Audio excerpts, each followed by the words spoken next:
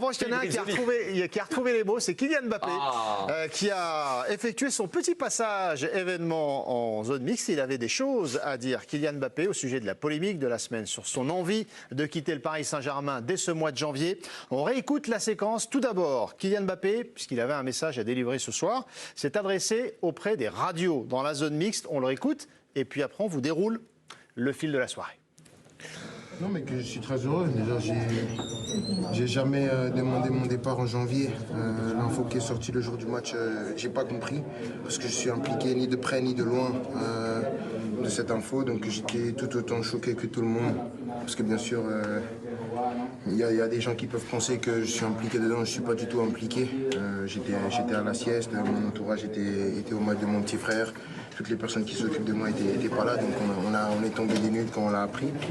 Et après, il faut faire avec. Il y avait un match à jouer, il y a un autre match à jouer. Et juste pour dire que c'est complètement faux, et moi je suis très content. Après ce qui a été écrit par Mediapart concernant le compte fake, est-ce que la confiance est entière avec les clubs ou pas? Je suis joueur de foot.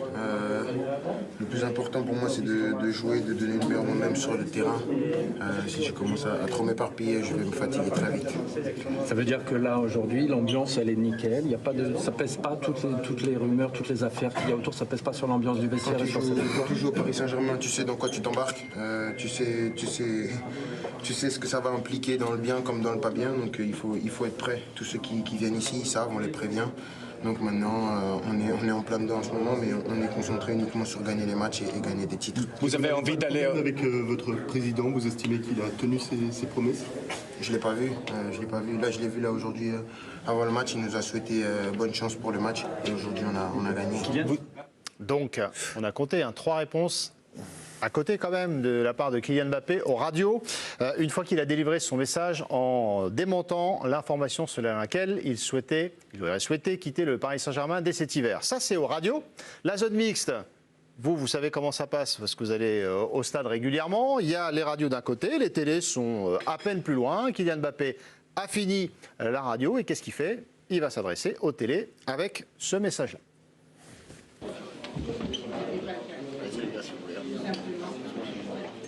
Bonsoir. Bonsoir. C'était une victoire importante ce soir contre l'Olympique de Marseille.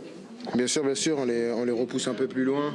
On reprend notre première place seul, vu que Lorient avait fait match nul et c'était revenu à égalité. Donc on est très content de pouvoir mener la danse dans le championnat. Pour l'instant, on va essayer de continuer comme ça, bien récupérer pour gagner le match vendredi prochain. On a l'impression d'avoir retrouvé l'esprit un peu du Classico qui était là, avec 2 belles équipes ce soir sur le terrain. Comment ça retrouver l'esprit? J'ai pas compris. Parce que sur les dernières années, il y a eu tellement de différences par rapport à... C'était pas notre faute. Hein. C'était pas notre faute. Nous, on a toujours abordé les matchs de la même manière. On veut les gagner.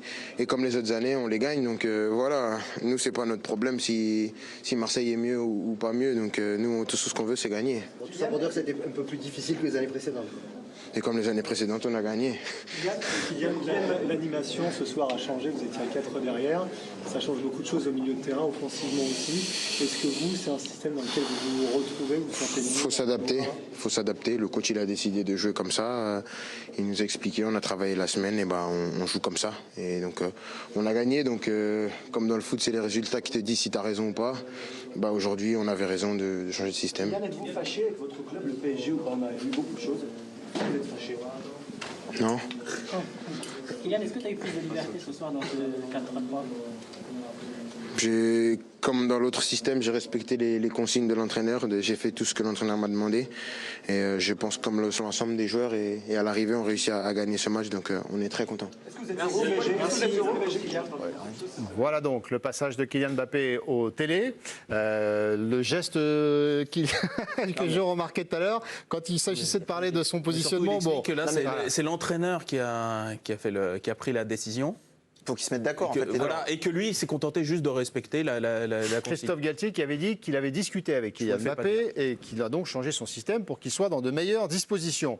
Christophe Galtier, en conférence de presse, écoutez la question posée par Tanguy Le Sévillier au sujet de la position de Kylian Mbappé ce soir. Est-ce qu'il a joué en pivot ce soir? La réponse de Christophe Galtier. Kylian n'est pas un pivot. Je vais répondre par la deuxième partie. Vous avez pu le voir dans le match quelques fois énormément dans l'axe. Mais c'est aussi une volonté pour sortir du pressing marseillais. Marseille est très organisé et on le voit depuis le début du championnat. C'est une équipe qui presse énormément. Donc il fallait quelquefois, pour sortir de la pression des 6 joueurs qui venaient bloquer nos 6 joueurs, créer un 4 contre 4 sur du gelon. Et dans ce sens-là, Kylian était pivot et était point de fixation, mais que sur du gelon et des sorties de balles sur du gelon. Ensuite, il a été énormément dans sa zone, il s'est créé beaucoup d'occasions et il a fait des décalages énormément dans sa zone préférentielle. Donc, voilà, Kylian n'a pas joué comme un pivot ce soir, ou alors j'ai pas vu le match. Il a vu le match, a priori, Christophe Galtier. J'espère pour lui. On va aller voir Giovanni pour son témoignage et vous me direz votre ressenti ce soir, dans quel état vous ressortez après ces déclarations de Kylian Mbappé, cette opération de communication, de déminage de la part de Mbappé, est-ce qu'il vous a convaincu ou pas? D'abord Giovanni, l'atmosphère autour de cette prise de parole de Kylian Mbappé au Parc des Princes dans les coulisses ce soir. Déjà, Messaoud, s'il vient, c'est que vraiment il veut communiquer. Il y a une mise au point à faire. Honnêtement, tout le monde était très stupéfait parce que je crois que c'est Hugo qui en a parlé un petit peu plus tôt. Cette information, quand elle sort en début de semaine dernière, elle est plusieurs fois confirmée par des gens qui sont au courant de ce qui se passe dans la vie de Kylian Mbappé. Voilà, donc c'est évidemment étonnant ce démenti. Maintenant, il le dit, il est sincère, il est venu, il a répété plusieurs fois qu'il n'avait pas du tout demandé à quitter le Paris Saint-Germain. Ce que je peux vous dire aussi de son match, vu du stade, sur le positionnement, honnêtement, que ça soit Messi et Neymar ont été vraiment très rarement dans sa zone. Il a eu énormément de liberté, il a fait pas mal de déboulés. Il n'a pas été très inspiré ce soir. Il a souvent fait les mauvais choix, sauf sur cette passe décisive pour Neymar. Mais en tout cas, sur le terrain, à part 2-3 remises de haut but, il avait l'entière liberté. Toute cette zone axe gauche qu'il aime, il l'a eu. Donc voilà. Après, il n'a pas fait un grand match, hormis sa passe décisive. Merci Giovanni pour ce ressenti depuis le Parc des Princes. L'opération déminage de Kylian Mbappé. D'abord, est-ce que vous appelez ça comme ça ce soir? Oui. Oui, clairement? Oui. Mais moi, il y a un truc que je ne comprends pas. Alors, ils ne sont pas accordés, lui et son entourage, parce qu'ils ont dit 2 trucs différents à 4 jours d'intervalle. Et le deuxième truc, c'est que j'ai l'impression que ce soir, il n'est pas accordé avec son entraîneur, parce que l'entraîneur, il nous a dit juste avant, j'ai entendu Kylian. Et Kylian a dit, il faut s'adapter à ce que me demande le coach. Donc moi, ça m'interpelle en fait, ce croisement des déclarations. Non, il faudrait juste connaître la question qui a été posée à Galtier, savoir sur quoi il a répondu exactement. Par exemple, est-ce que c'est une discussion, tu vois, il faudrait savoir si c'est effectivement la requête et la demande absolue de Kylian Mbappé de jouer comme ça. Bon bah là, et heureusement qu'il s'est adapté, parce que si c'était sa volonté première. On voit la déclaration chez nos confrères de Prime. C'est parce qu'en fait, ils ont... Pardon, allez-y. On essaie simplement de trouver les meilleures associations. J'ai entendu Kylian, donc pour dire que... Non mais en fait, c'est parce qu'ils ont 2 positions différentes. En fait, ils essayent de... Plutôt, pas 2 positions, mais ils ont 2 communications différentes. Christophe Galtier, lui, il veut absolument montrer que... Il prend en compte ce que lui demande Mbappé, qu'il y a une sorte d'écoute, un petit peu comme ça peut arriver aussi dans des grands clubs avec des grands joueurs. Okay. Et Mbappé, comme il sait qu'il y a une sorte de procès un petit peu en... Allez, comment dire, trouver un terme élégant, pas despotisme. Dépassement de fonction. Dépassement de fonction, voilà, c'est très bien. Quand il dit, voilà, c'est pas moi qui ai défini la politique du club, je suis que joueur, etc. Je pense que lui, il veut absolument pas dire, oui, j'ai eu des recommandations à faire à mon coach, je lui ai demandé de jouer plutôt dans telle position, etc. Lui, il va tout faire pour jouer profil bas. Mais le fait est que la vérité, à mon avis, elle est quand même... on a une dissonance. Je suis d'accord. Voilà. La déclaration de Galtier, on essaie de trouver des associations. C'est pour ça qu'on change, on cherche tout ça. Ouais. Mais qu'est-ce qu'il a changé là par rapport à la composition d'équipe le fameux 4-4-2 ou 4... Oui, mais les joueurs, mais par rapport aux joueurs. Si tu me dis, on essaie de trouver des associations et des joueurs qui changent. Alors il a ajouté un milieu. Oui, il a mis Fabien Rose. Il essaie de trouver la place préférée de Mbappé. En plus. C'est ça qu'il essaie de trouver. Mais donc en fait c'est Ruiz qui en fait va déterminer tout l'ensemble des associations, etc., etc. Pour moi, je trouve que c'est une réponse qui est à côté du truc, quoi. Non, je sais pas. Moi, quand je vois écrit on recherche des associations et on a les mêmes joueurs sur le terrain. Je sais pas. Non, mais là, ce qu'il voulait, mais ce qu'il voulait dire, mais je veux pas faire l'avocat de Christophe Galtier. Il n'avait pas besoin de moi, mais là, ce qu'il voulait dire, c'est pourquoi il avait changé son système. Quand il parle d'association, c'est plus global. C'est simplement, à mon avis, c'est plutôt sur le système. Parce qu'évidemment, que les trois devant, ils jouent toujours ensemble. Hervé, il a changé le système surtout parce que Ramos n'était pas là. Bah oui. Je crois que depuis le début de l'émission, c'est ce qu'on a dit en premier, le changement de système, c'est aussi dicté par les rouges et l'infirmerie. Tout à fait. T'as 200 points dernier. Tout à fait. Qu'est-ce qui va se passer quand Ramos revient ? Et maintenant, ce qui est intéressant, c'est qu'est-ce qui va se passer quand Ramos va revenir. Parce que Ramos, une défense à 4, dans son état physique du moment. Non, mais vu la blessure de Danilo, parce qu'on l'a dit au début de l'émission, le système à 3, c'est souvent ou pour tirer le meilleur d'un mec devant ou pour protéger un ancien derrière. Donc là, maintenant, quand Ramos va revenir, je suis curieux de voir s'il va rejouer à 4 derrière. Ça, c'est pour le positionnement de Mbappé ce soir. Absolument. Oui, bien sûr. Sur cette sortie médiatique, est-ce que l'incendie est éteint selon vous ou pas de la part de Kylian Mbappé? Je pense qu'il fallait clore la semaine. Oui, c'est ça. Tu finis sur une victoire dans un classique, qui permet sportivement de finir la semaine à peu près sur une bonne note, qu'on en dise. Et je pense que lui, il accompagne ce truc-là avec une com. Pas de déminage, mais un petit peu, Mais est-ce que c'est pas de plus en plus gros, entre guillemets? On a connu un Mbappé au niveau de sa com qui était stratosphérique et qui touchait dans le mille sur chacune de ces interventions. Est-ce que ce soir, mais là, il ne peut pas toucher dans le mille, puisqu'on se rend bien compte vous voyez, de la différence entre ce qu'il dit et la réalité. Mais les gens ne sont pas dupes. Personne n'est dupe. Simplement, la chance qu'il peut avoir, je voulais juste finir là-dessus, la chance qu'il peut avoir, c'est que demain, on passe à autre chose. Il y a le Ballon d'Or, et puis il y a des événements qui s'enchaînent, et puis, entre guillemets, ça va s'oublier.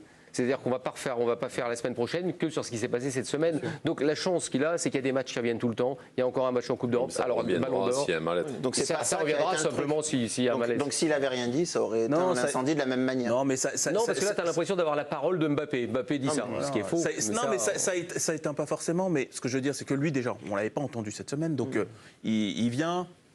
Il n'ajoute pas de l'huile sur le feu, il dit un autre truc, histoire de faire du politiquement correct. Je pense surtout qu'il entend quelque chose qui est en train de monter un petit peu dans l'environnement du PSG, c'est-à-dire les supporters, peut-être même une partie aussi des médias. C'est qu'on parle d'un joueur qui normalement devrait recueillir tous les suffrages, et c'est ce qui était le cas la saison dernière quand il fait une saison assez dingue. Il a abîmé son image. Exactement. Et tu entends de plus en plus de gens qui adorait Mbappé, qui se réjouissait de la prolongation de Mbappé et qui aujourd'hui ne le supporte plus. Ça, c'est une réalité. Et je pense qu'il le sait maintenant. À l'inverse, si les promesses dites à Mbappé n'ont pas été tenues, oui, parce que là, pareil, il ne faut pas prendre sa défense, mais enfin, un moment, si... Dupond-Moretti, ce soir. Là, ça vaut mieux que tu m'appelles comme ça, mais enfin, c'est une réalité. Non, mais simplement, il faut avoir, dans tout dossier, il y a des tenants aboutissants. Il faut avoir toutes les pièces de ce dossier-là. Si véritablement on lui a promis des choses et qu'il n'a pas eu, on peut comprendre, enfin ça c'est quand même logique, sinon il part au Real. Il part au Real, lui dit non, t'auras ça, ça. Et une fois qu'il a re-signé, il dit... Hervé, comme il vient de nous dire qu'il n'est pas fâché, ça veut dire qu'il n'y a pas eu de promesse non tenue. C'est bon, il n'a pas répondu à la question. Il a dit, par rapport au président, il n'a pas répondu. Il a esquivé la question. Pour rebondir sur ce que dit Hugo, il a dit que en fait toutes les polémiques c'est que des rumeurs, c'est ci, c'est là, donc finalement il n'y a aucun problème, tout va bien. Regardez, on va écouter sur la réponse. Est-ce qu'il est fâché avec le PSG ou pas? Parce que c'était quand même le débat. Qu'il a développé, cette semaine, c'était ça. Un peu tiens, ça dure quelques secondes seulement. La question, est-ce qu'il est fâché avec le PSG? On réécoute ça. Êtes-vous fâché avec votre club, le PSG, ou pas? On a vu beaucoup de choses. Vous êtes fâché? Non. Il a un beau sourire. Quand bien même il le serait, fâché. Il ne peut pas le dire. Non, mais il ne peut pas le dire. Mais est-ce que ça, pour le coup, on ne pourrait pas le comprendre? Non, mais la manière dont il le dit, c'est juste l'interpréter. Parce que là, pour le coup, l'armée des trolls, ça, c'est plus une rumeur. C'est quelque chose qui est, ça y est, c'est sûr maintenant. Oui, c'est un fait. Ça veut dire qu'imaginez, nous ici, dans la boîte là, à l'équipe. J'ai appris que Hugo avait engagé des mecs pour me défoncer, pour plus que je fasse l'émission. Tu l'as appris? Tu le sais, ouais. J'essaie d'amener comme ça. Non mais attends, c'est deux dossiers différents. Parce que l'armée des trolls, là, on parlait, on était sur les dossiers, les promesses non tenues. Non mais c'est pas la même chose. Ah non mais d'ailleurs, juste une précision. Non mais Dave, moi je réponds à la dernière image qu'on voit. Êtes-vous fâché avec le club? D'accord. Par rapport à l'armée numérique. Une précision importante, Jérôme, c'est qu'il est parti de la zone mixte au moment où on l'a relancé sur cette fameuse question de l'armée de trolls qui aura été utilisée par le Paris Saint-Germain. Là, je fais l'avocat avec Hervé. Pas terminé. Il aurait complètement le droit d'être fâché avec le club. Je suis désolé. Non, mais, mais pour moi, il y a deux choses. Il y a l'armée numérique, les trolls, je sais pas quoi. Ça, effectivement, et je pense qu'on n'a pas fini d'en entendre parler parce que ça reviendra.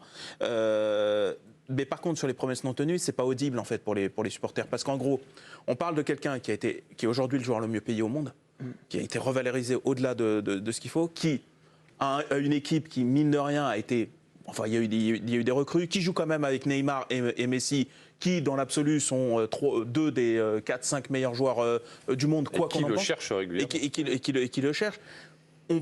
C'est compliqué d'entendre pour les gens autour se dire. T'as raison. Tu vois ce que je veux dire? C'est deux choses différentes. On ne parle pas de la même chose. Voilà. C'est-à-dire que ce que tu dis, tu as 100% raison. 99,99% des joueurs de football adoreraient être à la position de Kylian Mbappé. Mais c'est une évidence. Ce que dit Jérôme, il a raison aussi.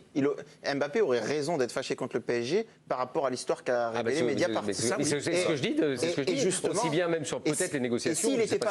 S'il n'était pas fâché contre le PSG par rapport à cette histoire de Mediapart, il a le droit de ne pas être fâché non plus. À ce moment-là, son entourage, quand il a été questionné là-dessus, aurait dû répondre: on n'est pas fâché par rapport à ce que... Ceci dit, je ne l'ai pas trouvé hyper convaincant. Êtes-vous fâché? Non, mais sur sa réponse. Non, mais sur sa réponse. Juste sur cette réponse, c'est intéressant. Parce que qu'est-ce qu'il voulait qu'il réponde? Est-ce qu'il va dire aujourd'hui, en sortant du classique, ah vous savez, je suis fâché contre le PSG? Mais alors c'est une bombe atomique. Si ce soir il dit je suis fâché, il est obligé de dire non. Non, mais à un moment, vous savez, c'est la vie de tous les jours. Vous pouvez ne pas aimer quelqu'un, vous n'allez pas lui dire en face. C'est la même chose. C'est-à-dire qu'à un moment, la difficulté dans le sport de haut niveau, comme là, vous avez des athlètes qui sont jugés de manière permanente. Bien sûr. Tous leurs matchs, tous leurs faits et gestes, un peu plus au PSG, et lui le demande d'une certaine manière parce que c'est le rôle qu'il assume. C'est comme ça. Et donc à un moment, vous mentez. Et là, qu'est-ce qu'il fait? Il ment, tout simplement. Mais il peut. Non, mais tu peux dire que je suis un peu agacé par rapport à ce que il aurait pu le dire, mais il estime que si tu commences à faire je suis un peu agacé, dès demain il va y avoir des tonnes de déroules le machin. Il a bien conclu. Mais tu dis, mais maintenant, je tourne la page, je passe à autre chose et je me concentre sur le sportif. Tu pouvais dire un truc comme ça. C'est un peu plus crédible et un peu plus audible. Là, le fait de répondre juste non. Faut qu'on se rend pas compte à quel point. Tu sens que la réponse, elle n'est pas. Parce que là, ça ne veut pas dire non en fait. On a eu des matchs à voir. Mais c'est ça. Moi, je l'entends pas. On a eu des matchs à voir. Mais l'histoire de l'armée numérique là, c'est hyper violent quand même. Non, mais moi je suis d'accord avec ça. C'est hyper violent. Non, mais bien sûr. Parce que dans le même temps, lui s'est fait défoncer, mais les mecs ont protégé Neymar. C'est-à-dire que tu te sens trahi. Et en plus, les mecs ont aidé un collègue à toi qui était dans la difficulté. Tu vois, donc c'est-à-dire que dans ce dossier des trolls, tu as deux trucs. Tu as toi et un autre qu'on a aidé. Ouais, mais lui, il n'a jamais été en difficulté. Non, mais néanmoins. S'il avait été en difficulté, ils auraient fait la même chose, je pense. Ah oui, mais ça, oui. Pour l'instant, ce qu'on sait, c'est que lui, il avait juste fait déclaration en disant je veux un peu les clés du camion, ils l'ont défoncé. Et que. Bon, si. Défoncer, c'est pas le terme. Parce que j'ai vu le tweet, c'est pas violent. Hein. Non, mais on en a vu un, Jo. Oui, mais il y en a deux. Alors s'il y a tout ça pour deux tweets, c'est un autre problème. Ah oui, il y a d'autres choses. Apparemment, j'espère qu'il y a d'autres choses. C'est plus violent que. J'espère. Mais il y a deux tweets. Alors, en revanche, là où il a raison, c'est qu'au PSG, il se passe toujours quelque chose. Il a prévenu. T'es bien placé pour le savoir. J'ai passé 7 ans. J'ai après ça, qu'est-ce qu'ils peuvent faire au-dessus encore? Plus ça va, plus ça monte. J'ai eu Ronier Louis, j'ai eu la taupe, j'ai eu le licenciement de Vikash, j'ai eu la quasi-descente en Ligue 2. Et c'était ça, c'est rien à côté. En fait, c'est de la c'était l'échauffement. C'est une semaine calme aujourd'hui. L'info de la soirée, c'est que l'esprit de Jérôme Alonso continue de planer sur le PSG. Ça continue. Avant moi, c'était comme ça. Il y a eu l'invasion du camp des loges et tout, obligé de se planquer dans les toilettes. C'est vrai. Pas tout le monde. Juste pour terminer sur Kylian Mbappé. Et pas des moindres. Pour terminer sur Kylian Mbappé, cette phrase qui défile, je fais ce que le coach me demande, je m'adapte. Ça aussi, est-ce que ça éteint un peu les débats autour de sa position? Mais là, on est encore dans la com. Mais qu'est-ce que vous voulez qu'il dise? Il va pas dire. Vous savez, alors moi, il peut dire j'ai été content de discuter avec l'entraîneur et on joue différemment et c'est bien. Non, mais en plus, la manière dont il dit, j'ai entendu Kylian quand il dit ça, Galtier. On ne sait pas ce qu'il veut dire. Est-ce que j'ai entendu? Il a vu tout ce qui se disait. Il veut jouer comme ci, il veut comme ça, etc. Après qu'il ait des discussions avec des joueurs, c'est un cas. Normal. Mais ça, c'est normal. Et même Mbappé, d'une certaine manière, il discute avec son entraîneur, comme il a discuté avec 50 000 entraîneurs avant. Mais ça fait partie du jeu. Il se dit pas parce que je lui ai dit ça aujourd'hui et il a parlé peut-être avec Messi, avec Neymar. Ça y est. Même ça, il n'a pas l'air de vouloir le reconnaître non plus, Kylian Mbappé. Il n'a pas l'air de vouloir dire. En tout cas, effectivement, j'ai eu un échange avec mon coach et on est arrivé à une utilisation qui était celle d'aujourd'hui. Aujourd'hui, il sait, parce que vu le poids qu'il a dans ce club-là, que s'il dit ça, on est bien d'accord. On aura ce que disait Dave tout à l'heure. Il a pris conscience du contexte autour de lui. Bien sûr. Et il a envie de rattraper cette image qui est en train de se dégrader. Et juste pour conclure là-dessus, l'une des phrases de Kylian Mbappé, à partir du moment où on gagne, c'est que le système est bon. Déclaration de Kylian Mbappé sur le système avec 4 défenseurs. C'est pas réglé. Aujourd'hui, c'est un peu réducteur. C'est un peu réducteur.